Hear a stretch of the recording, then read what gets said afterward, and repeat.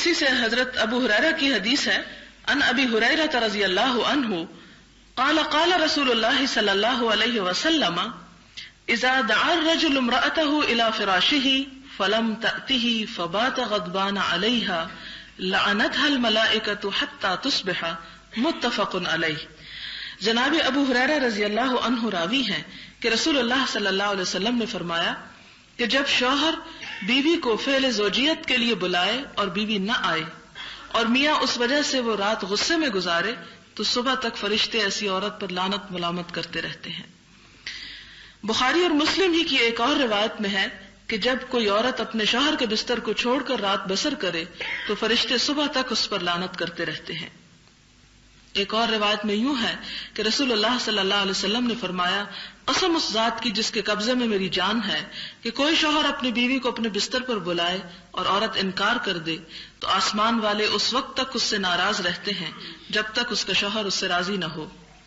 جناب ابی ہریرہ سے روایت ہے کہ رسول اللہ صلی اللہ علیہ وسلم نے فرمایا، کسی عورت کے لیے یہ جائز نہیں کہ وہ شوہر کی موجودگی میں اس کی اجازت کے بغیر نفلی روزے رکھے، اور نہ یہ جائز ہے کہ شوہر کی اجازت کے بغیر اس کے گھر میں کسی کو آنے کی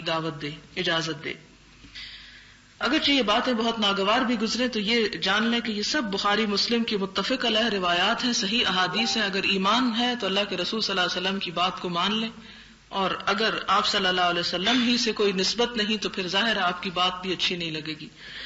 جناب عبداللہ بن عمر فاروق رضی اللہ عنہما بیان کرتے ہیں کہ نبی صلی اللہ علیہ وسلم نے فرمایا کہ تم میں سے ہر شخص نگران اور ذمہ دار ہے، اور ہر نگران سے اپنے زیر دست کے بارے میں باز پرس ہوگی۔ حاکم بھی ذمہ دار ہے،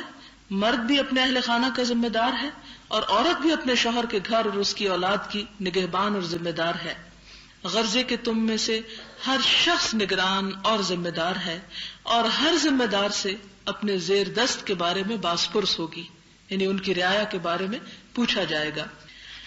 اگلی حدیث جناب ابو علی طلق بن علی سے روایت ہے کہ رسول اللہ صلی اللہ علیہ وسلم نے فرمایا، جب بھی کوئی مرد اپنی بیوی کو تکمیل خواہش کے لیے بلائے تو اسے فوراً آنا چاہیے، خواہ وہ تندور پر روٹی ہی کیوں نہ پکا رہی ہو۔ یہ ترمذی اور نسائی کی روایت ہے، اگرچہ بخاری اور مسلم کی نہیں لیکن ترمذی اور نسائی کی ہے۔ جناب ابو ہریرہ رضی اللہ عنہ روایت کرتے ہیں کہ نبی کریم صلی اللہ علیہ وسلم نے فرمایا،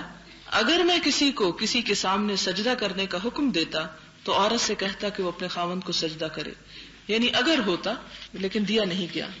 لیکن یہ مثال اس لیے دی گئی کہ عورت جو ہے اپنے شوہر کے ساتھ عزت اور احترام سے پیش آئے، اس کے ساتھ بچوں کا سا معاملہ نہ کرے یا اس کی بے عزتی نہ کرے۔